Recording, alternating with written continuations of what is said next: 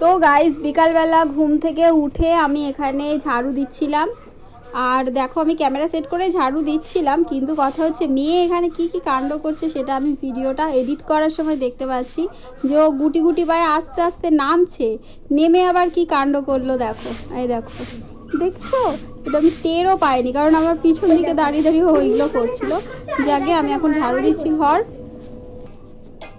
তারপরে দেখো আমি এখানে ব্রাশ ট্রাশ, যেহেতু আজকে অনেকটা সত্যি কথা বলতে 2-2.5 ঘন্টা ঘুমিয়ে পড়েছিলাম, তো এখন আমি ব্রাশ করছি। ব্রাশ ট্রাশ করে তারপরে তোমাদের সাথে কথা বলছি। তো গাইস ঘুম থেকে আমি তো উঠে গেছি, উঠে কি বলে উঠোন টুঠোন ঝাড় দিয়ে নিলাম। আর তোমাদের সাথে একটা জিনিস শেয়ার করি, সেই বৌদির ওই ব্যাপারটা নিয়ে তোমাদেরকে তো আর জানানোই হলো না, কিন্তু আমি দেখছি যে বৌদি এখন বাইরে চেয়ার নিয়ে বসেছে, যেটা নর্মালি করে না, তাই না? তো ও গিয়েছিল হচ্ছে কি ওর মেয়েকে কি পড়তে দিতে গিয়েছিল, ঠিক আছে? এসেও বলেছে যে এরকম এরকম কেউ একজন রয়েছে। তো সেটা ভিডিও করেছিস? আমি তখন ঝাড় দিচ্ছি গাইস, তখন ও আসছে। এবার আমি কিভাবে ক্যামেরা করে বলছি, কিভাবে করবো? আমি তো ঝাড়ু দিচ্ছি। এবার কি বলছে আর একটা জিনিস, আর তার চেয়েও একটা জিনিস আমি দেখছি যে বৌদি অন্যান্য দিন কোনোদিনও খুব একটা চেয়ার নিয়ে, সেই চেয়ার নিয়ে বসেছিল সেই তোমার শীতকালে রোদ পোয়ানোর জন্য। আর এখন আজকে দেখছি চেয়ারটা নিয়ে ঠিক সামনে আর কি বসে রয়েছে, ঠিক আছে? আমি জানি না, বুঝতে পারিনি যে আমরাই করে, জানি না ঠিক। হ্যাঁ, তো তোমাদেরকে একটু দেখাচ্ছি, যদি দেখানো সম্ভব হয়। বৌদি চেয়ার নিয়ে বসে রয়েছে, ঠিক আছে? পুরো একদম সমান সমান। এখানে বসেছো ভালোই হয়েছে একদিক দিয়ে, কারণ কি বলে বসেছো ভালো হয়েছে, এইভাবে করে দিতে পারো। কোবরাটা তুলি এরম ভাবে তুলবো নাকি? আমি জানি না, আমাকে হট করে ডাকছে, শোনো শোনো বলে ডেকে বলছে একবার আসো না, তোমাদের ওই পাশের বাড়ির বৌদিটাকে ডেকে। বলছে কে বৌদি? বলছে তোমাদের পাশের বাড়ি। বলছি কে? এবার আমি তো ভাবছি, আমি ওই জন্য এসে তোমায় বললাম যে তোমাকে ডাকছে না বৌদি। তো গাইস আমি বাড়ি এসে ড্রেস চেঞ্জ করে নিয়েছি, আর তুলি এমনি এখানে বসেছিল। ওকে বললাম কি রে, ভিডিওটা তো লাস্ট করতে হবে, মানে বৌদি তো কোনো রিয়াকশান মানে সেরকম দিল না, মানে পায়চারি করছে, কিন্তু ওদিকে যাওয়ার মানে সাহসটা আর হয়নি। তাড়াতাড়ি করে ভাত আর আলু সিদ্ধ ডিম সিদ্ধ প্রেশার কুকারে বসিয়ে দিয়েছি, ওদিকে হচ্ছে। আর এখন এই ফাঁকে আমি যাব বৌদির বাড়ি, আমি আর তুলি। এবার গিয়ে ডাইরেক্ট বলে দেবো তার কেমন লেগেছে এপ্রিল ফুলটা, ঠিক আছে? তো চলো যাওয়া যাক। এখানে হচ্ছে রিয়া দিভাইকে জিজ্ঞেস করছিল যে কেমন এপ্রিল ফুল হলে, তার পরের ঘটনাটা তোমরা শুধু শোনো, যেটা আমরা জানতাম।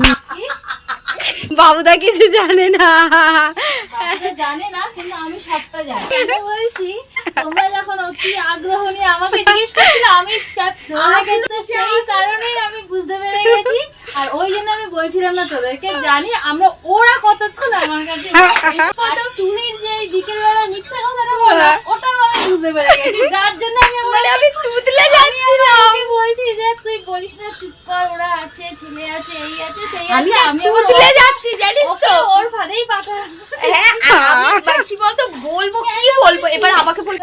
হ্যাঁ প্রথমে তো একটু হলেও তো বুঝতে মানে বুঝতে পারিনি না, বুঝতে পেরেছি কখন, যখন তুলি এসে আমার ঘরে বললো আমি কেউ অচেনা কেউ এসেছিল রে আমার বাড়িতে। আমি তো তার আগেই বুঝতে পেরেছি। কেন? কারণ তুই আমাকে সকালেই বলে দিলি, ওর বাবা আমাকে বলে গেছে এপ্রিল তখনই আমার মাথা।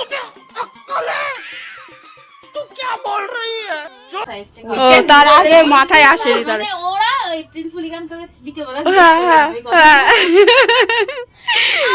যা গিয়ে তোরা কতক্ষণ টান টেনে নিয়ে যা। আমার উৎসাহ রান্নার ওখানে না না পাপোসটা কিন্তু পাপোস আদেও কিছুই ছিল না।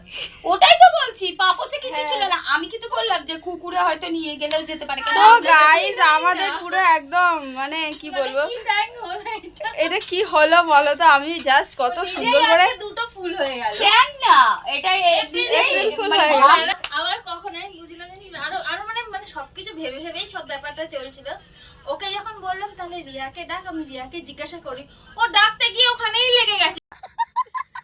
বাবুদের খাওয়া হয়ে গেছে না? আমরা এরকম চেঁচামেচি দেখে উঠে চলে গেল। ভিডিওতে ভয়েস দিচ্ছিল তো জাগে তোমার তা কোথায়, সে তোমার এটা এখানে আমি চিঠিটার কথা জিজ্ঞাসা করেছিলাম, কপাল খারাপ, মানে আজকে আমরাই এপ্রিল ফুল হয়ে গেছি। আর এই দেখো আজকের আকাশের চাঁদটা ঠিক এরকম ছিল। তো গাইজ আজকের ভিডিও এই পর্যন্ত, দেখা হচ্ছে নেক্সট ভিডিওতে। আমরা মেলায় গিয়ে মানে কি করেছি সেটা তোমাদের সাথে শেয়ার করব। চলো এখনকার মতন টাটা, দেখা হচ্ছে নেক্সট ভিডিওতে।